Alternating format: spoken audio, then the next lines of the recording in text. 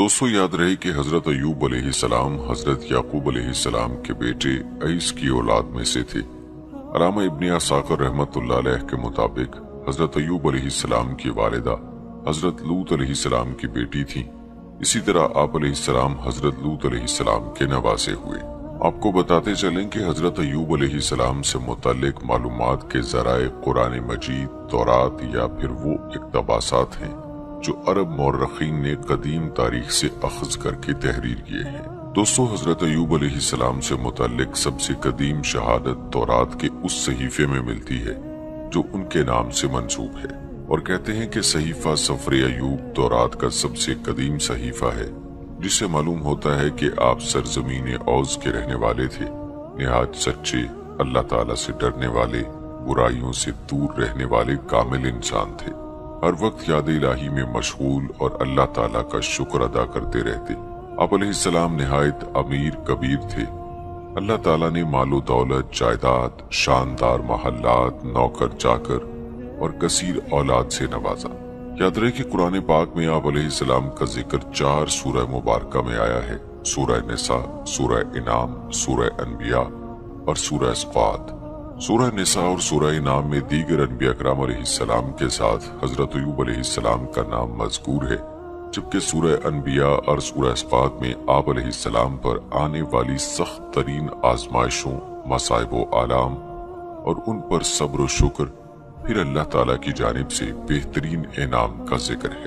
दोस्तों, मुहक्किकीन ने लिखा है कि हजरत अय्यूब अलैहिस्सलाम का जमाना हजरत याकूब अलैहिस्सलाम और हजरत मूसा अलैहिस्सलाम के दरमियान था, यानी तकरीबन 1300 और 1500 कबल मसीह के दरमियान। आप अलैहिस्सलाम की अहलिया के नाम पर मुर्रखीन में इख्तलाफ है। किसी ने उनका नाम लिया बिन्नते मिशा इब्ने यूसुफ लिखा है, तो किसी ने रहमत बिन्नते इब्राहिम इब्ने यूसुफ। और दोस्तों, जहां तक बात है आप अलैहिस्सलाम की औलाद की, तो हजरत इब्ने मसूद रज़ियल्लाहु ताला अन्हु ने फरमाया कि हजरत अय्यूब अलैहिस्सलाम के 7 लड़के और 7 लड़कियां थीं, जो सब आप अलैहिस्सलाम पर आने वाली आजमाइश के दिनों में इंतकाल कर गए। जब अल्लाह ताला ने उनकी आजमाइश खत्म की तो उन्हें मजीद औलाद अता फरमाई, और बाज़ रिवायात में आप अलैहिस्सलाम के 27 बेटे और बेटियां हुई। कुरान मजीद में आपका तज़किरा एक साबिर और शाकिर नबी के तौर पर हुआ है, जिन्होंने लंबी मुद्दत तक बीमारी, आल औलाद की हलाकत और मालो मता के छिन जाने पर सब्र किया, नीज दोबारा इनामात रब्बानी हासिल होने पर शुक्रगुजारी की। अल्लाह ताला ने सूरह अनबिया में फरमाया, और अय्यूब को याद करो जब उन्होंने अपने परवरदिगार से दुआ की कि मुझे तकलीफ पहुंची है और तू सबसे बढ़कर रहम करने वाला है, तो हमने उनकी दुआ कबूल कर ली और जो उनकी तकलीफ थी वो दूर कर दी, और उनको बाल बच्चे भी अता फरमाए, और अपनी मेहरबानी से उनके साथ इतने ही और बख्शे, और इबादत करने वालों के लिए ये नसीहत है। एक और जगह पर फरमाया, और हमारे बंदे अय्यूब को याद करो जब उन्होंने अपने रब को पुकारा, ऐ अल्लाह, शैतान ने मुझको ईजा और तकलीफ दे रखी है। हमने कहा कि जमीन पर लात मारो, देखो ये चश्मा निकल आया, नहाने को ठंडा और पीने को शीरी, और हमने उनको अहलो अयाल और उनके साथ उतने ही और बख्शे। ये हमारी तरफ से रहमत और अक्ल वालों के लिए नसीहत थी। और अपने हाथ में झाड़ू लो, फिर उससे मारो और कसम ना तोड़ो, बेशक हमने उसे सब्र करने वाला पाया, वो बहुत खूब बंदा था, बेशक वो बहुत रजू करने वाले थे। दोस्तों, अगर बात की जाए हजरत अय्यूब अलैहिस्सलाम की आजमाइश की और उनके सब्र की इंतहा की, तो उलमाए तफसीर और मुर्रखीन बयान करते हैं कि अय्यूब अलैहिस्सलाम एक साहिब सरवत इंसान थे। आपके पास हर किस्म का माल मौजूद था, मसलन गुलाम, जानवर, मवेशी और हुरान। शाम के इलाके बसनिया में वसी अराजी के कतात भी थे। इसके अलावा आपकी बीवियां और बहुत से बच्चे भी थे। आपसे ये सब कुछ छिन गया और आपको सख्त आजमाइश से दो चार कर दिया गया। आपने उस पर भी अल्लाह की रजा के लिए सब्र किया और दिन रात सुबह शाम अल्लाह का जिक्र करते रहे। आजमाइश की मुद्दत तवील होती गई, हत्ता कि दोस्त यार साथ छोड़ गए और आपसे दूर दूर रहने लगे, आपसे मिलना जुलना छोड़ दिया। उस वक्त आपकी खिदमत करने के लिए सिर्फ आपकी ज़ौजा मोहतरमा बाकी रह गई। انہوں نے آپ کے گزشتہ احسانات اور شفقت کو فراموش نہ کیا، چنانچہ وہ آپ کی خدمت میں حاضر ہوا کرتی تھی اور آپ کی ضروریات پوری فرماتی، حتیٰ کہ قضاء حاجت میں بھی مدد دیتی۔ آہستہ آہستہ ان کا مال ختم ہو گیا۔ وہ آپ کی غذا اور دوا کا بندوبست کرنے کے لیے اجرت پر دوسروں کے کام کرنے لگی۔ انہوں نے مال اور اولاد سے محرومی پر بھی صبر کیا اور خاوند پر آنے والی مصیبت کو بڑے صبر سے برداشت کیا۔ کبھی وہ طرح طرح کی نعمتوں سے مالا مال تھیں اور ان کو بے حد احترام کیا جاتا تھا، پھر تنگ دستی آئی اور انہیں لوگوں کی خدمت کرنا پڑی۔ اس کے باوجود وہ ثابت قدم رہی۔ نبی اکرم صلی اللہ علیہ وآلہ وسلم کا ارشاد ہے، سب سے سخت آزمائش انبیاء اکرام علیہ السلام پر آتی ہے، پھر زیادہ نیک لوگوں پر، پھر جو ان سے کم درجے کے ہوں۔ مزید ارشاد نبوی ہے، انسان پر اس کے دین کے مطابق آزمائش آتی ہے، اگر وہ دین میں مضبوط ہو تو اس کی آزمائش میں اضافہ ہو جاتا ہے۔ حضرت ایوب علیہ السلام کی آزمائش جس قدر شدید ہوتی گئی، آپ کے صبر، شکر اور استقامت میں اسی قدر اضافہ ہوتا گیا، حتیٰ کہ آپ کا صبر بھی ضرب المثل بن گیا اور آپ کے مصائب بھی۔ بائبل میں حضرت ایوب علیہ السلام کے مال و اولاد ختم ہو جانے اور جسمانی بیماری میں مبتلا ہونے کا واقعہ بہت تفصیل سے بیان کیا گیا ہے۔ اللہ بہتر جانتا ہے کہ اس میں کس قدر باتیں درست ہیں۔ حضرت مجاہد رحمت اللہ علیہ کا قول ہے کہ سب سے پہلے حضرت ایوب علیہ السلام چیچک کے مرض میں مبتلا ہوئے تھے۔ آپ کی آزمائش کتنا عرصہ جاری رہی، اس کے بارے میں علماء سے مختلف اقوال مروی ہیں۔ حضرت وہب رحمت اللہ علیہ نے فرمایا، آپ پورے 3 سال اس کیفیت میں رہے، نہ کم نہ زیادہ۔ حسن اور قتادہ رحمت اللہ علیہ فرماتے ہیں، آپ کی آزمائش کی مدت 7 سال چند ماہ تھی۔ حضرت حمید رحمت اللہ علیہ فرماتے ہیں، آپ علیہ السلام 18 سال بیمار رہے۔ سودی رحمت اللہ علیہ کہتے ہیں، آپ کے جسم سے گوشت جھڑ گیا تھا، صرف ہڈیاں اور پٹھے باقی رہ گئے تھے۔ آپ کی زوجہ محترمہ راکھ لا کر آپ کے نیچے ڈالتی تھی۔ جب ایک طویل عرصہ اسی حال میں گزر گیا تو انہوں نے عرض کیا، اپنے رب سے دعا کیجیے کہ وہ آپ کی مصیبت دور کر دے۔ آپ نے فرمایا، میں نے 70 سال صحت کی حالت میں گزارے ہیں، تو کیا مجھے اللہ کے لیے 70 سال صبر نہیں کرنا چاہیے؟ زوجہ محترمہ جواب سن کر بہت پریشان ہوئی، کیونکہ وہ لوگوں کی خدمت کر کر کے اس کی اجرت سے ایوب علیہ السلام کے کھانے کو بندوبست کرتی تھی۔ بہرحال اس طرح دن گزرتے رہے۔ ان کی خدمت گزار اور وفاشوار بیوی کے لیے بھی حالات کٹھن سے کٹھن تر ہوتے جا رہے تھے، اور خود حضرت ایوب علیہ السلام کے اپنے خویش و اقارب بھی ان کی سخت آزمائش اور بیماری وغیرہ کو دیکھ کر ان سے سخت بیگانگی برتنے لگے، جو حضرت ایوب علیہ السلام پر بڑی شاق گزرنے لگی۔ بالآخر وہ بارگاہ الہی میں خوب گڑ گڑائے اور صحت و شفا کی دعا کی۔ اللہ تعالیٰ نے دعا قبول فرمائی اور اس چشمہ صافی سے غسل کرنے کا حکم دیا جو ان کی ایڑی مارنے سے جاری ہوا تھا۔ حضرت عبداللہ بن عباس رضی اللہ تعالیٰ عنہ فرماتے ہیں کہ اللہ تعالیٰ نے ایوب علیہ السلام کو جنت کا لباس پہنا دیا۔ آپ صحت مند ہو کر جنتی لباس پہن کر ایک طرف بیٹھ گئے۔ آپ کی زوجہ محترمہ آئیں تو پہچان نہ سکی، بولی، اللہ کے بندے، یہاں جو بیمار تھا وہ کہاں گیا؟ کہیں اسے بھیڑیے تو اٹھا کر نہیں لے گئے؟ انہوں نے اس طرح کی کئی باتیں کی تو آپ علیہ السلام نے فرمایا، تیرا بھلا ہو، میں ہی ایوب ہوں۔ انہوں نے کہا، مجھ سے کیوں ٹھٹھا کرتا ہے؟ آپ نے فرمایا، تیرا بھلا ہو، میں ہی ایوب ہوں، اللہ نے مجھے میرا صحیح جسم دوبارہ دے دیا ہے۔ حضرت ابن عباس رضی اللہ تعالیٰ عنہ بیان کرتے ہیں، اللہ تعالیٰ نے آپ کو وہی مال اور وہی بچے دوبارہ دے دیے جو لے لیے تھے، اور اسی قدر مزید بھی عنایت فرمائے۔ وہب بن منبع رحمت اللہ علیہ فرماتے ہیں کہ اللہ تعالیٰ نے آپ کی طرف وحی نازل فرمائی، میں نے تجھے تیرے اہل اور مال دوبارہ دے دیے ہیں، اور ساتھ اتنے ہی اور دے دیے ہیں، اب اس پانی سے غسل کر لے، تجھے شفا ہو جائے گی، اور اپنے ساتھیوں کی طرف سے قربانی پیش کر اور ان کے لیے مغفرت کی دعا کر، کیونکہ انہوں نے تیرے معاملے میں میری نافرمانی کی ہے۔ لیکن صحیح بات یہ ہے کہ اللہ تعالیٰ نے ان کے بدلے میں اور اہل و عیال عطا کیے اور اس سے 1 گنا زیادہ بھی دیے، جس طرح مجاہد رحمت اللہ علیہ سے منقول ہے۔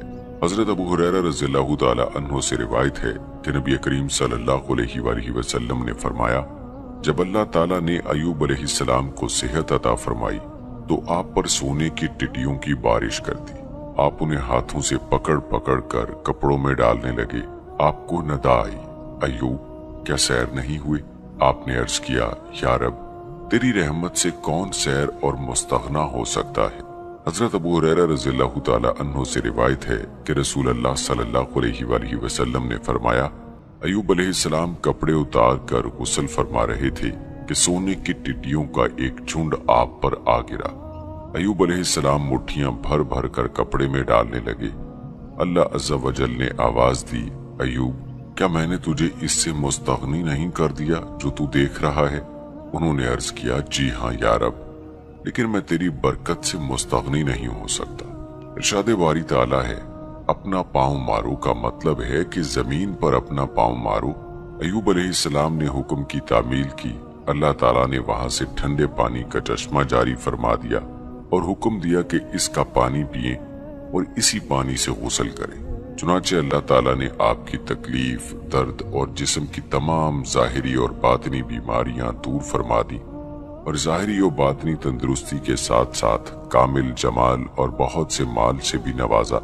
हत्ता कि सोने की टिड्डियों की बारिश हुई और दौलत इस तरह नाजिल हुई जैसे मींह बरसता है। अल्लाह ताला ने आपको अहलो अयाल भी अता फरमाए, जैसा कि अल्लाह ताला ने इरशाद फरमाया, और इसको अहलो अयाल अता फरमाए, बल्कि उनके साथ इतने ही और भी। बाज़ उलमा ने इसका मतलब ये बयान किया है कि वही फौतशुदा अफराद जिंदा हो गए, और बाज़ ने कहा है कि अल्लाह ताला ने फौतशुदा अफराद की जगह और औलाद दे दी और क़यामत में पहली और पिछली सब औलाद जमा होकर आपको मिल जाएगी, जैसा कि फरमाया, अपनी खास मेहरबानी से, यानी हमने आपकी मुसीबत दूर कर दी और आपकी तकलीफ खत्म कर दी। ये हमारी खास मेहरबानी और एहसान था ताकि सच्चे बंदों के लिए सबब नसीहत हो। यानी जिस शख्स को जिस्म में या माल में या औलाद में इब्तला व मसाइब पेश आए, वो अल्लाह के नबी हजरत अय्यूब अलैहिस्सलाम की पैरवी करे, जिन्हें अल्लाह ने इससे बड़ी आजमाइश से दो चार किया था, लेकिन उन्होंने सब्र किया और अल्लाह ताला से अजर व सवाब की उम्मीद रखी, हत्ता कि अल्लाह ताला ने मसाइब दूर फरमा दिए। इसके बाद अय्यूब अलैहिस्सलाम रूम के इलाके में 70 साल जिंदा रहे और दीन इब्राहिमी पर कायम रहे। आपकी वफात के बाद लोगों ने दीन में तब्दीलियां कर ली। अल्लाह ताला का इरशाद है, और अपने हाथ में तिनकों का एक मुट्ठा लेकर मार दे और कसम के खिलाफ न कर। सच तो ये है कि हमने उसे बड़ा साबिर बंदा पाया।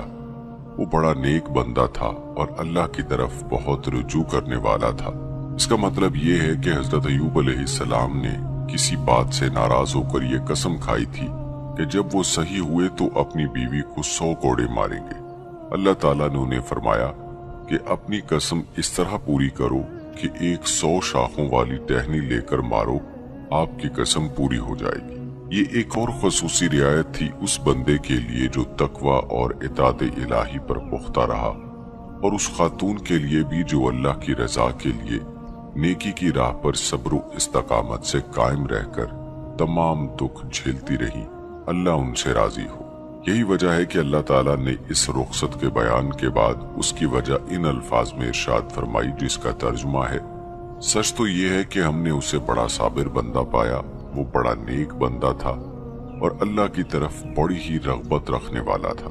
इमाम इब्ने जुरैर रहमतुल्लाह अलैह और दूसरे मौरखीन बयान करते हैं कि हजरत अय्यूब अलैहिस्सलाम की उम्र 93 साल हुई। बाज़ हजरात ने आप अलैहिस्सलाम की उम्र इससे भी ज्यादा बयान की है। इमाम लैस रहमतुल्लाह अलैह ने हजरत मुजाहिद रहमतुल्लाह अलैह से उनका कौल रिवायत किया है कि क़यामत के दिन अल्लाह ताला दौलतमंदों पर हजरत सुलेमान अलैहिस्सलाम के जरिए से, गुलामों पर हजरत यूसुफ अलैहिस्सलाम के जरिए से और मुसीबत ज़दों पर हजरत अय्यूब अलैहिस्सलाम के जरिए से उतमाम हुज्जत फरमाएगा। वफात के वक्त आपने अपने बेटे हमल को और उनके बाद अपने दूसरे बेटे बिशर बिन अयूब को अपना जानशीन मुकर्रर फरमाया। बहुत से लोग इसी को जुल्कफल समझते हैं, वल्लाहु आलम। आपका ये बेटा जिसको बाज हजरात ने नबी करार दिया है, 75 साल की उम्र में फौत हुआ। दोस्तों, हम आपको हजरत जुल्कफल अलैहिस्सलाम का किस्सा भी सुनाएंगे, लेकिन पहले बात करते हैं कि हजरत अयूब अलैहिस्सलाम के किस्से से हमें क्या सबक मिलता है। तो आपको बताते चलें कि हजरत अय्यूब अलैहिस्सलाम के किस्से से अहले ईमान को सब्र व रज़ा का दर्स मिलता है। इब्तलाओ शदाइद पर जज़ा फज़ा करने की बजाय, रोने पीटने की बजाय, नाशुक्री करने की बजाय अल्लाह ताला की तरफ रजू करने और उससे शिफा मांगने का सबक मिलता है। यानी जो लोग बीमार होते हैं वो अक्सर औकात मुख्तलिफ किस्म की बातें बकना शुरू कर देते हैं, अल्लाह की नाशुक्री करते हैं, हालांकि उन्हें इतनी तकालीफ और मसाइब का सामना भी नहीं होता जितना कि हजरत अय्यूब अलैहिस्सलाम पर अल्लाह ताला ने आजमाइश डाली। अल्लाह ताला ने हजरत अय्यूब अलैहिस्सलाम के सब्र व रज़ा की तारीफ व सताइश करते हुए फरमाया। सूरह सौद में अल्लाह ताला फरमाते हैं, सच तो ये है कि हमने उसे बड़ा ही साबिर पाया, वो बड़ा नेक बंदा, अल्लाह की तरफ बहुत रुजू करने वाला था। हजरत अय्यूब अलैहिस्सलाम को अल्लाह ताला ने हर किस्म के अमवाल, मवेशी, चौपाए, गुलाम और वसीओ अरीज जमीन के अलावा कसीर औलाद से नवाजा था। फिर अल्लाह ताला की तरफ से आजमाइश आ गई और ये सारा मालो असबाब खत्म हो गया, सिर्फ एक गमगुसार बीवी बाकी बची। फिर आपके जिस्म का भी मर्ज की शक्ल में इम्तिहान शुरू हो गया, हत्ता कि आपको शहर से बाहर एक वीराने में पनाह लेनी पड़ी। ये दौरे इब्तला 18 सालों पर मोहित रहा, मगर इस अरसे में आपने कभी शिकवा और शिकायत को जुबान पर आने ना दिया, बल्कि सब्र और शुक्र के पैकर बनकर अपने रब की तरफ इल्तिजाओ दुआ करते। बिलाखिर आपकी आजमाइश खत्म हुई और अल्लाह ताला ने आपके सब्र और शुक्र पर पहले से भी ज्यादा माल और औलाद अता फरमाए। जैसा कि सूरह अनबिया में अल्लाह ताला ने फरमाया, अयूब की इस हालत को याद करो जब उसने अपने परवरदिगार को पुकारा कि मुझे ये बीमारी लग गई है और तू सब रहम करने वालों से ज्यादा रहम करने वाला है। तो हमने उसी की सुन ली और जो दुख उन्हें था उसे दूर कर दिया और उसको अहलो अयाल अता फरमाए, बल्कि उनके साथ वैसी ही और भी अपनी खास मेहरबानी से, ताकि सच्चे बंदों के लिए सबबे नसीहत हो। इससे मालूम हुआ कि मुश्किल कुशा, गौसे आजम, गंज बख्श और दस्तगीर सिर्फ ज़ाते इलाही है। मुश्किलात और मसाइब में सिर्फ उसे ही पुकारना चाहिए और इम्तिहान व आजमाइश में सब्र व रज़ा का मुजाहिरा करना चाहिए। सब्र व शुक्र करने वालों को अल्लाह ताला अपनी खुसूसी इनायात से नवाजता है। रसूल मकबूल सल्लल्लाहु अलैहि वसल्लम सब्र व शुक्र की फजीलत बयान करते हुए फरमाते हैं, मोमिन को जो भी जिस्मानी दुख, तकलीफ, दर्द, बीमारी या गम पहुंचता है, हत्ता कि उसे चुभने वाले कांटे से भी अल्लाह ताला उसकी खताएं माफ फरमा देता है। हजरत अय्यूब अलैहिस्सलाम के किस्से से बीमारी के इलाज और दवा इस्तेमाल करने का दर्स मिलता है। इलाज करना और दवा इस्तेमाल करना सब्र व रज़ा के मनाफी नहीं है। अल्लाह ताला ने आपको चश्मे का पानी पीने और उससे गुस्ल करने का हुक्म दिया, हालांकि वो मालिक उसके बगैर भी शिफा देने पर कादिर है। ये इस बात की वाज़ेह दलील है कि शिफा के हसूल के लिए असबाब इख्तियार करना जरूरी है। रसूल अकरम सल्लल्लाहु अलैहि वसल्लम के उस्वा हसना से भी इलाज की तरगीब मिलती है। आपने दवा इस्तेमाल करने का हुक्म देते हुए फरमाया, अल्लाह के बंदो, दवा इस्तेमाल किया करो, क्योंकि अल्लाह ताला ने हर बीमारी की शिफा भी रखी है, या फरमाया हर बीमारी की दवा भी रखी है सिवाय एक बीमारी के। साहबा ने अर्ज की, अल्लाह के रसूल वो क्या? आपने फरमाया बुढ़ापा। आपने उम्मत के लिए सेहत बख्श दवाएं भी तजवीज फरमाई हैं, जो इस बात का सबूत है कि इलाज करना और कराना जरूरी है। आपने कलौंजी के फवायद बयान करते हुए फरमाया, स्याह दाने को इस्तेमाल किया करो, क्योंकि इसमें मौत के सिवा हर बीमारी की शिफा है।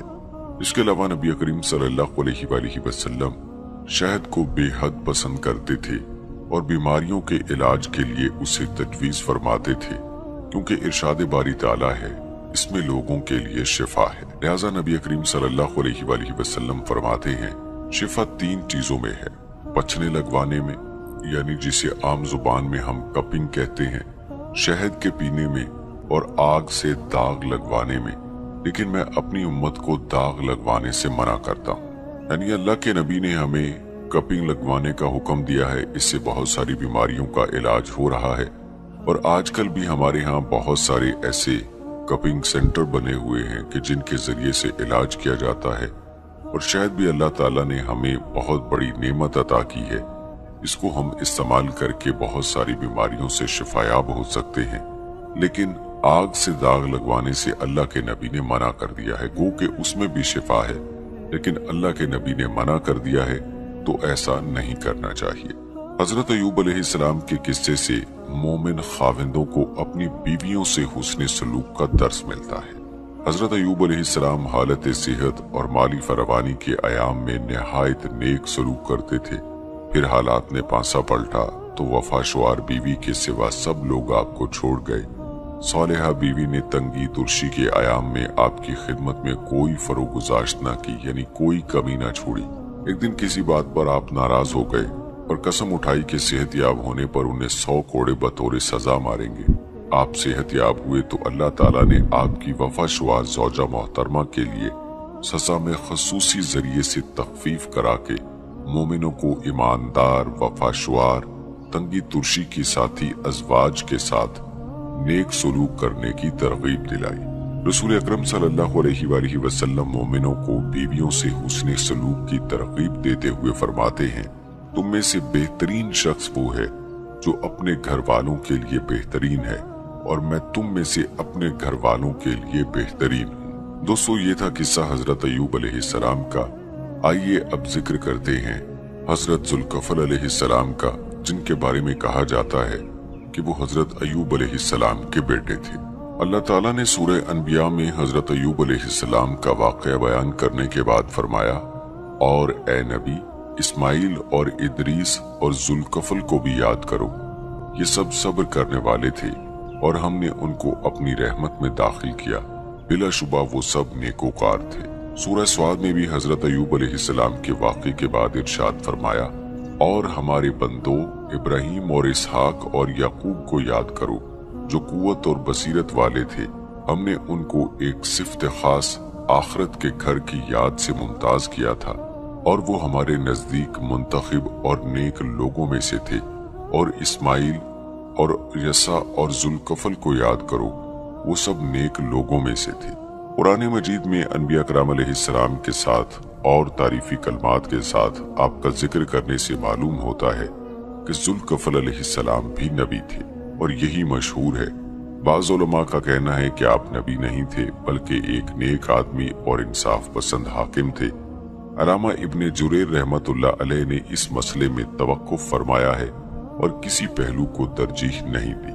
حضرت مجاہد رحمت اللہ علیہ سے روایت ہے، انہوں نے فرمایا، آپ نبی نہیں تھے بلکہ نیک آدمی تھے، آپ نے اپنی قوم کی رہنمائی کی اور ان میں انصاف کرنے کی ذمہ داری اٹھائی تھی، اسی لیے وہ ذوالکفل یعنی ذمہ داری اٹھانے والے کے نام سے مشہور ہوئے۔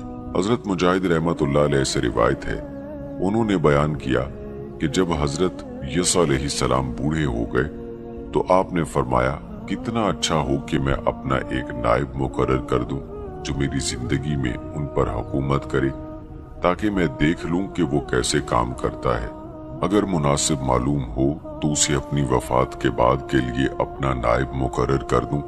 آپ نے لوگوں کو جمع کر کے فرمایا، جو شخص میری طرف سے عائد کردہ 3 ذمہ داریاں قبول کرے گا میں اسے اپنا خلیفہ مقرر کروں گا۔ وہ کام یہ ہے کہ دن کو روزہ رکھے، رات کو قیام کرے اور غصہ نہ کرے۔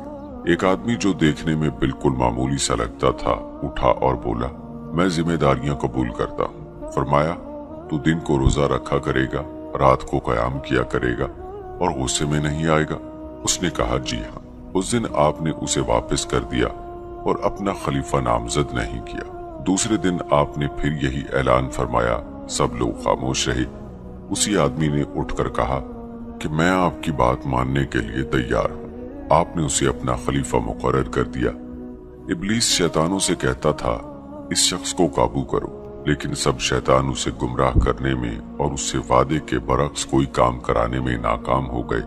ابلیس نے کہا، مجھے ذوالکفل سے نبٹنے دو۔ وہ ایک انتہائی بوڑھا فقیر بن کر آپ کے پاس اس وقت آیا جب آپ دوپہر کے وقت آرام کرنے کے لیے لیٹ گئے تھے۔ آپ دن رات میں صرف ایک بار اس وقت سویا کرتے تھے۔ اس نے دروازہ کھٹکھٹایا۔ آپ نے فرمایا، کون ہے؟ اس نے کہا، ایک مظلوم ضعیف بوڑھا ہوں۔ آپ نے اٹھ کر دروازہ کھول دیا اور وہ اپنی کہانی سنانے لگا۔ اس نے کہا، میرا اپنی قوم کے لوگوں سے جھگڑا چل رہا ہے، انہوں نے مجھ پر ظلم کیا ہے اور یہ کیا اور یہ کیا۔ وہ بات کو طول دیتا چلا گیا حتیٰ کہ کیلولے کا وقت گزر گیا اور عدالت میں جانے کا وقت ہو گیا۔ آپ نے بوڑھے سے فرمایا، جب میں عدالت میں بیٹھوں گا تو تجھے تیرا حق دلوا دوں گا۔ آپ عدالت میں آ کر اپنے مقام پر بیٹھ گئے۔ آپ نے ادھر ادھر دیکھا مگر بوڑھا کہیں نظر نہ آیا۔ اگلے دن بھی آپ لوگوں کے مقدمات سنتے اور فیصلے کرتے رہے اور اس بوڑھے کا انتظار کرتے رہے، لیکن وہ نظر نہ آیا۔ جب آپ واپس آ کر بستر پر کیلولے کے لیے لیٹے تو وہ آ کر دروازہ کھٹکھٹانے لگا۔ آپ نے فرمایا، کون ہے؟ اس نے کہا، وہی مظلوم ضعیف بوڑھا ہوں۔ آپ نے دروازہ کھولا اور کہا، میں نے تجھے کہا نہیں تھا کہ جب میں عدالت میں بیٹھوں گا تو میرے پاس آنا؟ اس نے کہا، وہ بڑے خبیث لوگ ہیں۔ انہیں جب پتا چلا کہ آپ عدالت میں تشریف لے گئے ہیں تو مجھے کہنے لگے، ہم تجھے تیرا حق دے دیں گے۔ جب آپ نے عدالت برخاست کی وہ مکر گئے۔ آپ نے فرمایا، اب چلا جا، جب میں عدالت میں جاؤں گا تب آ جانا۔ اس طرح آپ اس دن بھی کیلولہ نہ کر سکے۔ آپ عدالت میں گئے اور اس کا انتظار کرتے رہے لیکن وہ نظر نہ آیا۔ آپ کے لیے نیند پر قابو پانا مشکل ہو گیا تو آپ نے گھر والوں سے کہا، مجھے سخت نیند آ رہی ہے، تم کسی کو دروازے کے قریب نہ آنے دینا، میں ذرا سو لوں۔ اس وقت وہ بوڑھا آ گیا۔ دروازے پر موجود آدمی نے کہا، پیچھے رہو پیچھے رہو۔ اس نے کہا، میں کل بھی ان کی خدمت میں حاضر ہوا تھا اور اپنا مسئلہ پیش کیا تھا۔ آدمی نے کہا، ہرگز نہیں، قسم ہے اللہ کی، آپ کا حکم ہے کہ ہم کسی کو قریب نہ آنے دیں۔ جب اس نے دیکھا کہ اس طرح آپ تک پہنچنا مشکل ہے تو ادھر ادھر دیکھا۔ اسے کمرے میں ایک روشن دان نظر آیا۔ وہ اوپر چڑھ کر اس میں سے کمرے میں داخل ہو گیا اور اندر سے دروازہ کھٹکھٹانے لگا۔ آپ کی آنکھ کھل گئی تو دربان کو آواز دی، اے فلاں، کیا میں نے تجھے حکم نہیں دیا تھا کہ اسے کچھ عرصے کے لیے روک لینا؟ اس نے کہا، یہ شخص میری طرف سے نہیں آیا، آپ ہی دیکھیں کہ کدھر سے آیا ہے۔ آپ نے اٹھ کر دروازہ دیکھا تو وہ اندر کی طرف سے اس طرح بند تھا جس طرح آپ نے بند کیا تھا۔ اس کے باوجود بوڑھا کمرے میں موجود تھا۔ تب آپ نے پہچان لیا اور فرمایا، کیا تو اللہ کا دشمن شیطان ہے؟ اس نے کہا، ہاں، آپ نے میری ہر کوشش ناکام بنا دی تھی، اس لیے میں نے آپ کو غصے میں لانے کے لیے یہ سب کچھ کیا۔ اسی وجہ سے اللہ تعالیٰ نے آپ کا نام ذوالکفل رکھا، کیونکہ آپ نے ایک ذمہ داری اٹھائی اور اسے نبھا کر دکھایا۔ حضرت ابو موسیٰ اشعری رضی اللہ تعالیٰ عنہ نے ممبر پر کھڑے ہو کر یہ ارشاد فرمایا، ذوالکفل نبی نہیں تھے لیکن ایک نیک آدمی تھے جو روزانہ 100 نمازیں پڑھا کرتے تھے۔ ذوالکفل نے یسع سے وعدہ کیا کہ اس کی وفات کے بعد وہ یہ سلسلہ جاری رکھیں گے، چنانچہ آپ روزانہ 100 نمازیں پڑھا کرتے تھے، اسی لیے آپ کا نام ذوالکفل یعنی ذمہ داری اٹھانے اور نبھانے والا مشہور ہو گیا۔ اور دوستو، آئیے آخر میں بات کرتے ہیں عمومی تباہی سے دوچار ہونے والی اقوام کی۔ ان سے مراد وہ اقوام ہیں جو تورات کے نزول سے قبل تباہ ہوئیں۔ سورہ قصص میں اللہ تعالیٰ نے فرمایا، اور ہم نے پہلی امتوں کے ہلاک کرنے کے بعد موسیٰ کو کتاب دی۔ حضرت ابو سعید خدری رضی اللہ تعالیٰ عنہ سے روایت ہے، انہوں نے فرمایا، اللہ تعالیٰ نے تورات کے نزول کے بعد کسی قوم کو آسمانی یا زمینی عذاب کے ذریعے سے کلی طور پر تباہ نہیں کیا، سوائے ان بستی والوں کے جن کی صورتیں تبدیل کر کے انہیں بندر بنا دیا گیا تھا، کیونکہ اللہ تعالیٰ کا ارشاد ہے، اور ہم نے پہلی امتوں کے ہلاک کرنے کے بعد موسیٰ کو کتاب دی۔ اس سے معلوم ہوتا ہے کہ جو قوم بھی عذاب الہی کے ذریعے سے مکمل طور پر تباہ کی گئی ہے وہ موسیٰ علیہ السلام سے پہلے ہی تھی۔ ان میں اصحاب الرس اور سورہ یاسین میں مذکور قوم کا بھی ذکر ہے۔ اصحاب الرس کا ذکر قرآن مجید میں ان 2 مقامات پر آیا ہے، اور عاد اور سمود اور اصحاب الرس اور ان کے درمیان اور بہت سی جماعتوں کو بھی ہلاک کر ڈالا، اور سب کے سمجھانے کے لیے ہم نے مثالیں بیان کی اور نہ ماننے پر سب کا ستیہ ناش کر دیا۔ دوسرے مقام پر ارشاد فرمایا، ان سے پہلے نوح کی قوم اور اصحاب الرس اور سمود جھٹلا چکے ہیں، اور عاد اور فرعون اور لوط کے بھائی اور بن کے رہنے والے اور تبع کی قوم، غرض ان سب نے پیغمبروں کو جھٹلایا تو ہماری وعید یعنی عذاب بھی پوری ہو کر رہی۔ ان آیات سے معلوم ہوتا ہے کہ ان لوگوں کو ملیا میٹ کر دیا گیا تھا۔ عربی زبان میں الرس اس کنویں کو کہتے ہیں जिसकी मुंडेर पत्थरों से बनाई गई हो। बाज़ हज़रात का ख्याल है कि वो एक खास कुआं था जिस पर कौम समूद का एक कबीला रहता था। वही लोग अस्हाबुर रस के नाम से मशहूर हुए। ये भी कहा गया है कि उनके नाम के साथ मशहूर होने की वजह ये थी कि उन्होंने अपने नबी को कुएं में फेंक दिया था।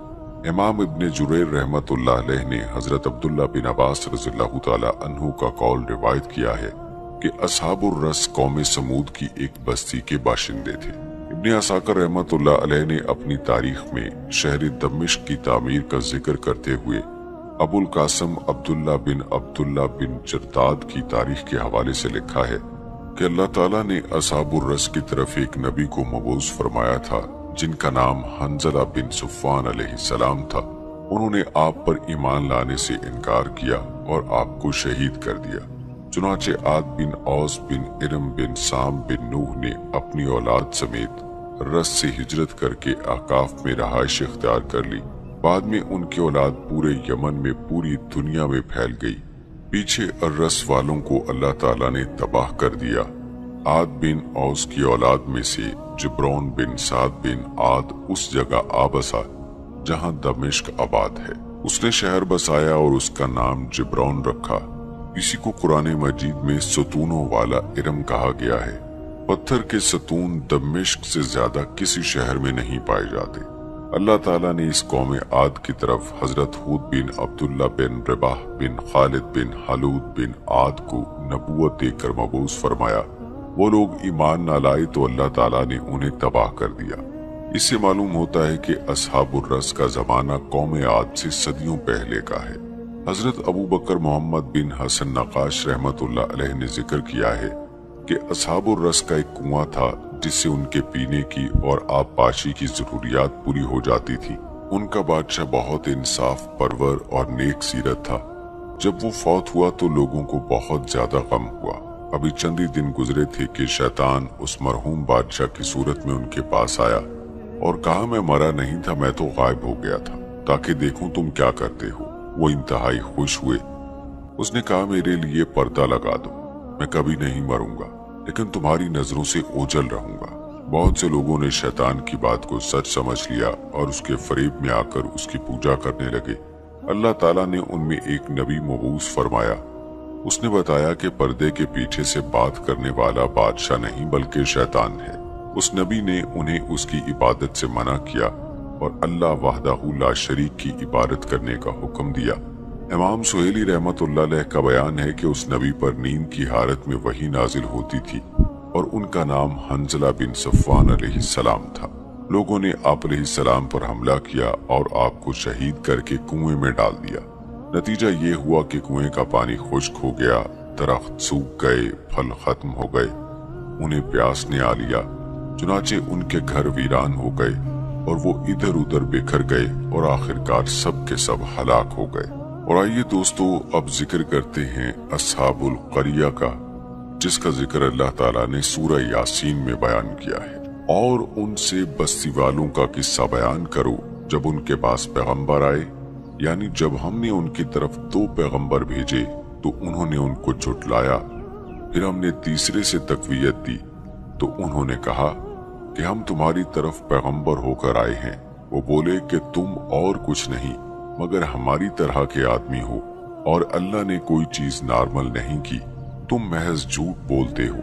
उन्होंने कहा कि हमारा परवरदिगार जानता है कि हम तुम्हारी तरफ पैगाम देकर भेजे गए हैं और हमारे जिम्मे तो साफ साफ पहुंचा देना है और बस।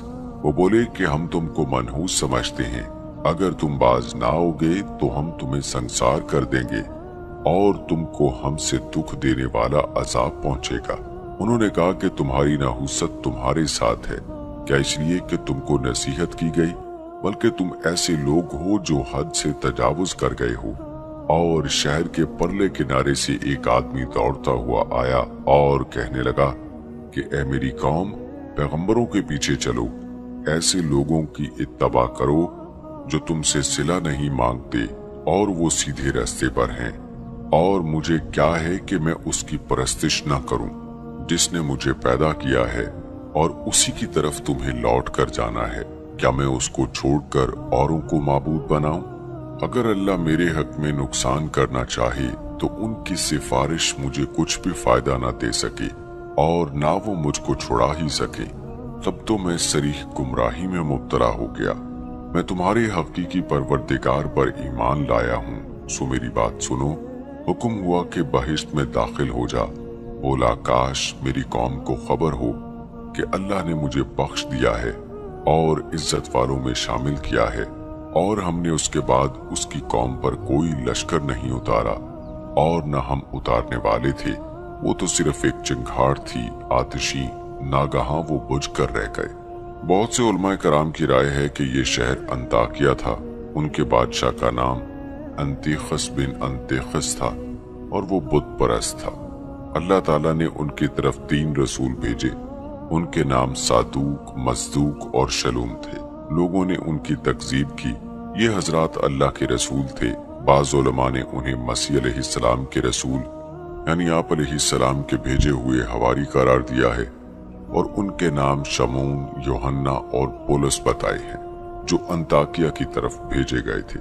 یہ قول درست نہیں، کیونکہ جب عیسیٰ علیہ السلام نے انطاکیہ کی طرف 3 حواری بھیجے تھے تو یہ شہر عیسیٰ علیہ السلام پر ایمان لانے والا پہلا شہر تھا، نہ کہ انکار کر کے تباہ ہونے والا۔ اسی لیے یہ ان 4 شہروں میں سے ایک ہے جہاں عیسائیوں کے بطریق، پیٹریارک، بڑے پادری ہوتے ہیں۔ وہ شہر یہ ہیں: انطاکیہ، بیت المقدس، سکندریہ، روم اور بعد میں قسطنطنیہ۔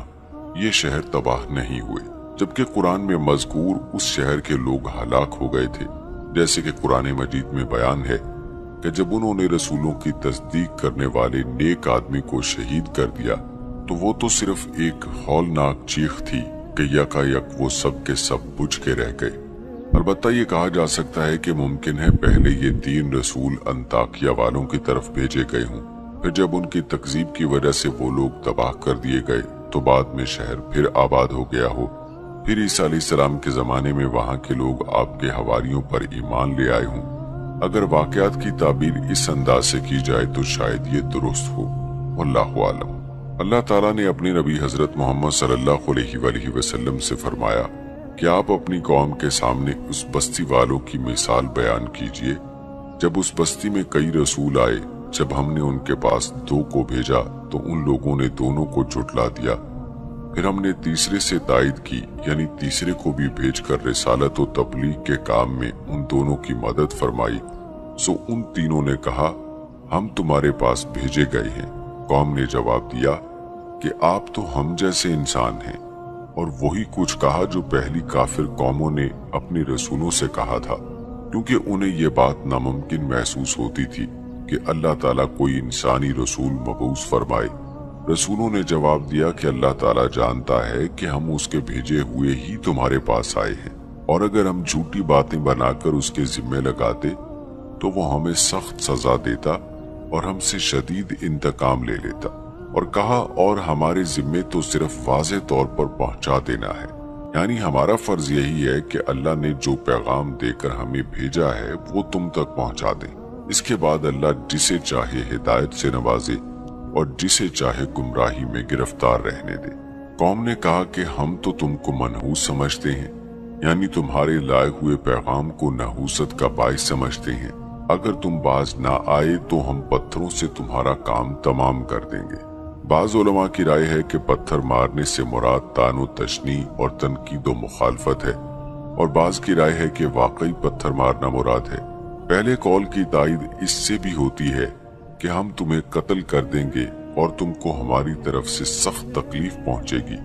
ان رسولوں نے کہا تمہاری نحوست تمہارے ساتھ ہی لگی ہوئی ہے، یعنی تمہاری بدشگونی کا نقصان تمہیں ہی پہنچے گا۔ کیا تم اس کو نحوست سمجھتے ہو کہ تم کو نصیحت کی جائے؟ یعنی ہم نے تمہیں ہدایت کی طرف بلایا اور نصیحت کی ہے، اور تم ہمیں قتل اور بدتمیزی کی دھمکی دے رہے ہو اور ہماری نصیحت کو نحوست کا نام دے رہے ہو۔ حقیقت یہ ہے تم حد سے نکل جانے والے لوگ ہو۔ اللہ تعالیٰ نے فرمایا اور ایک شخص اس شہر کے آخری کنارے سے دوڑتا ہوا آیا، یعنی وہ رسولوں کی مدد کے لیے اور ان کے سامنے اپنے ایمان کا اظہار کرنے کے لیے آ گیا۔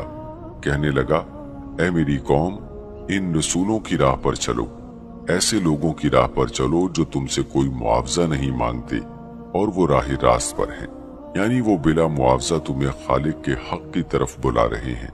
फिर उसने लोगों को अल्लाह वाहदहू ला शरीक की इबादत की दावत देते हुए दूसरे माबूदों की पूजा से मना किया जो न दुनिया में कोई फायदा पहुंचा सकते हैं न आखिरत में नफा दे सकते हैं, और कहा कि अगर मैं अल्लाह की इबादत छोड़कर दूसरों की इबादत करूं फिर तो मैं यकीनन खुली गुमराही में हूं। फिर उसने रसूलों से मुखातिब होकर कहा, मैं तो सच्चे दिल से तुम सब के रब पर ईमान ला चुका, बस मेरी सुनो, यानी मेरी बात सुन लो और अल्लाह के पास उसकी गवाही देना, या उसका ये मतलब है कि ऐ मेरी कौम, अल्लाह के रसूलों पर ईमान लाने का मेरा ऐलान सुन लो। ये बात सुनकर लोगों ने उसे शहीद कर दिया। बाज उलमा ने फरमाया है कि लोगों ने उसे पत्थर मार मार कर शहीद किया, बाज कहते हैं दांतों से काट काट कर मार दिया, बाज का कौल है कि एक ही बार में हमला करके शहीद कर दिया। हजरत इब्न अब्बास रज़ियल्लाहु ताला अन्हु ने फरमाया, हबीब नजार कौम को जज़ाम की बीमारी लग गई थी, वो सदका भी बहुत ज्यादा देता था, उसे कौम ने शहीद कर दिया तो उससे कहा गया जन्नत में चला जा, यानी जब उसे लोगों ने शहीद कर दिया तो अल्लाह ने उसे जन्नत में दाखिल फरमा दिया। जब उसने वहां की नेमतें और खुशियां देखी तो कहने लगा, काश मेरी कौम को भी इल्म हो जाता कि मुझे मेरे रब ने बख्श दिया और मुझे बाइज्जत लोगों में से कर दिया, ताकि मेरी तरह वो भी ईमान लाकर ये नेमतें हासिल कर लेते। हजरत इब्न अब्बास रज़ियल्लाहु ताला अन्हु ने फरमाया, उसने जिंदगी में कौम की खैर खाही करते हुए कहा, उन रसूलों की राह पर चलो, और मरने के बाद कौम के भले की तमन्ना करते हुए कहा, काश मेरी कौम को भी इल्म हो जाता कि मुझे मेरे रब ने बख्श दिया और मुझे बाइज्जत लोगों में कर दिया। हजरत कतादा रहमतुल्लाह अलैह बयान करते हैं, आप मोमिन को हमेशा दूसरों का भला चाहने वाला ही पाएंगे, उसे कभी धोखा देने वाला नहीं पाएंगे। उसने जब अल्लाह की तरफ से अपनी इज्जत अफजाई देखी तो कहा, काश मेरी कौम को भी इल्म हो जाता कि मुझे मेरे रब ने बख्श दिया और मुझे बाइज्जत लोगों में से कर दिया। उसने ये तमन्ना की थी कि उसे अल्लाह की तरफ से जो इनाम इकराम नसीब हुए हैं उसकी कौम को उनका इल्म हो जाए। हजरत कतादा रहमतुल्लाह अलैह फरमाते हैं, जब उन्होंने उस अल्लाह के बंदों को शहीद कर दिया तो अल्लाह ने उन्हें ज़ज्र तौबीख नहीं फरमाई, बल्कि इरशाद हुआ, वो तो सिर्फ एक हौलनाक चीख थी कि यकायक वो सब के सब बुझ के रह गए। इरशाद बारी ताला है, उसके बाद हमने उसकी कौम पर आसमान से कोई लश्कर ना उतारा और न इस तरह हम उतारा करते हैं, यानी जब उन्होंने हमारे रसूलों की तकज़ीब की और हमारे वली को शहीद किया तो उन लोगों से इंतकाम लेने के लिए हमें आसमान से कोई लश्कर उतारने की जरूरत नहीं पड़ी, बल्कि वो तो सिर्फ एक हौलनाक चीख थी कि यकायक वो सब के सब बुझ के रह गए। मुफस्सिरीन कराम फरमाते हैं, अल्लाह ताला ने उनकी तरफ हजरत जिब्राइल अलैहिस्सलाम को भेजा। उन्होंने शहर के दरवाजे की चौखट को पकड़कर एक जोर की आवाज निकाली तो वो बुझ कर रह गए। उनकी आवाजें खामोश हो गईं, हिस्सो हरकत खत्म हो गई और कोई एक आंख भी झपकने वाली ना रही। इस तफसील से मालूम होता है कि ये बस्ती अंताकिया नहीं थी, क्योंकि ये तो अल्लाह के रसूलों की तकसीब करके तबाह हो गए थे और अंताकिया वाले ईमान ले आए थे और उन्होंने ईसा अलैहिस्सलाम के भेजे हुए हवारियों की पैरवी की थी। इसलिए कहा जाता है कि ईसा अलैहिस्सलाम पर ईमान लाने वाली पहली बस्ती अंताकिया है।